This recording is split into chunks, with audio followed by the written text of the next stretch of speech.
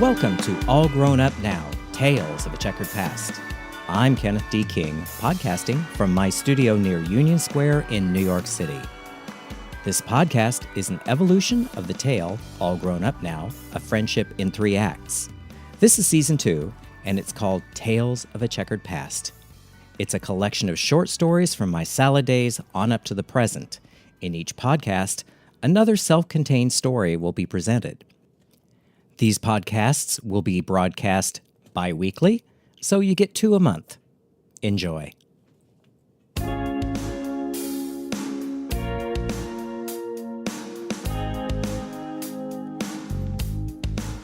This episode of Checkered Past is a tale from the early 90s. It's one I call Hate Mail, and it is about my one and only piece of hate mail. When teaching pattern making, sometimes I joke that with all the cutting and pasting, my patterns look like ransom notes when I'm done. The phrase ransom note always reminds me of the one time I got hate mail. It was in the early 90s. I had taught a class in Topeka, Kansas. The local paper wanted to do a story on me. You know, local boy makes good, as I was born in Salina. They sent a reporter, she asked all sorts of questions, and her staff photographer took quite a few photos.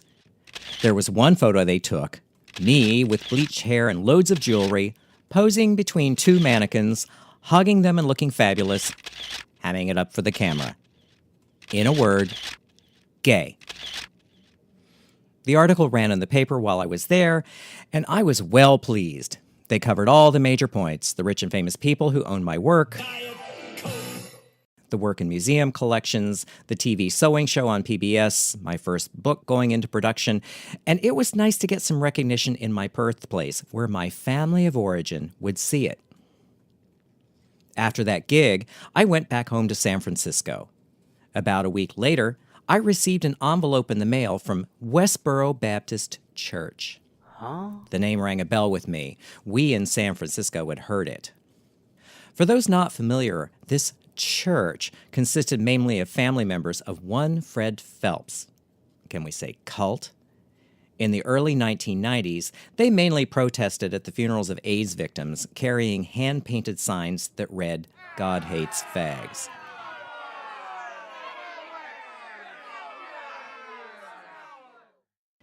It was only later that they slithered into the mainstream to protest at funerals of fallen soldiers, saying that the soldiers were somehow promoting homosexuality by defending the country or some such crap. Publicity whores.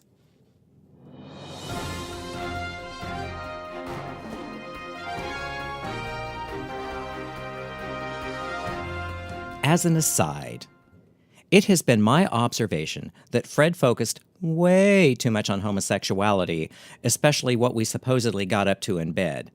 My truly straight friends don't give a thought to what we get up to, as they are minding their own business. So, a note to crazy evangelicals. When you start cataloging the sex acts that the filthy gays are supposedly doing, know that you're really giving all of us a look into your own secret fantasies. Not pretty. Remember that.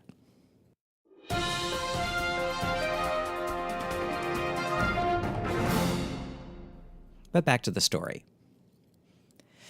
In the early 90s, Phelps and Westboro hadn't gone mainstream yet. They just made the good people of Topeka, Kansas miserable and embarrassed them in front of the country. He and his cult reinforced an untrue stereotype of the states in the middle of the country. Sad, fearful, angry people, ignorant, uneducated, unsophisticated, judgmental people living in very narrow, bitter lives, and also lacking in style. Which takes me back to the day in San Francisco when I got the hate mail. When I opened the envelope, this is what I saw. Now, understand this was the days before desktop publishing. So, these cult people did this very weird art project where they cut out and pasted the photo of me from the newspaper onto a fresh sheet of typing paper. Then, they cut letters out of the newspaper to spell out the headline, which was, "Filthy face of fag evil." This was pasted over the photo. They drew flames under and on the photo to show that I was indeed burning in hell. Ooh, scary. There was other copy pasted up below, but I really don't remember what it said. You can probably guess. Then they Xeroxed the original so the paper they sent me would look, they thought, clean and professional. But it was so amateurish as to be sad.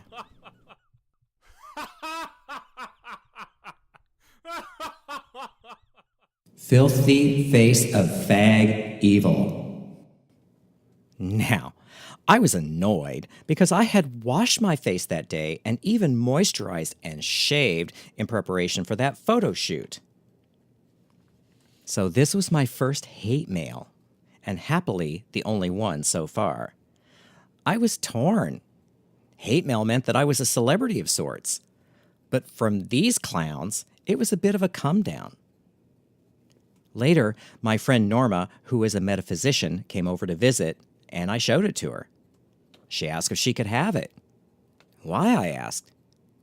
Oh, I'll take care of it, she replied, meaning metaphysically. After I gave the paper over to Norma, I needed to get my mind around what had happened. After much thinking, I decided the only way they could hurt me was if I allowed it.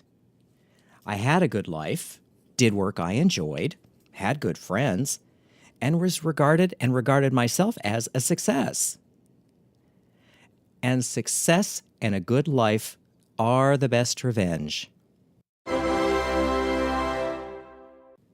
In the end, the clowns at Westboro didn't harm me. Their little ransom note was a message to me, though. The message was that I should be grateful that I had a good life, broad horizons, and opportunity ahead. Unlike them. The Westboro cult has spread hate since then. Their signage got better once desktop publishing became more widely available, making their ransom notes from the early days obsolete. They're still around, but some interesting things have happened to them. I read an account from one of the sons of Fred who escaped. He escaped right after Norma did her work. He is speaking out against this church as part of his life's work. Several other of the family members also have broken away and spoken out about what they endured, calling out those left behind for preaching hate. But what I think is the most interesting turn of events is what happened to old Fred. Near the end of his life, he had time to reflect on what he had done and started questioning how he had spent his life. He was coming to the conclusion that perhaps Jesus was right. God was love. Perhaps they had got it all wrong. Being me, I like to think he heard the hot flames of hell calling his name, but again, that's me.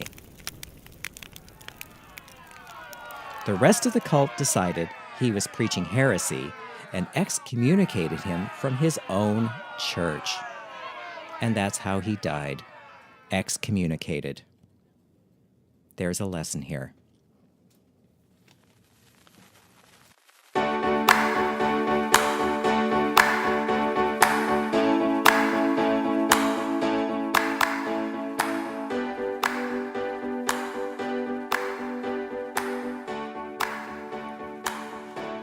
Thanks for listening.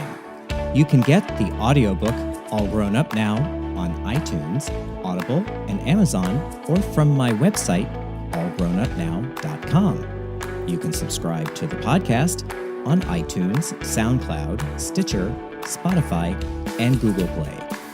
If you have any questions, you can reach me through the website, allgrownupnow.com. You can follow me on Instagram at Kenneth D. King, on Facebook at Kenneth D. King Design, or on my main website, kennethdking.com.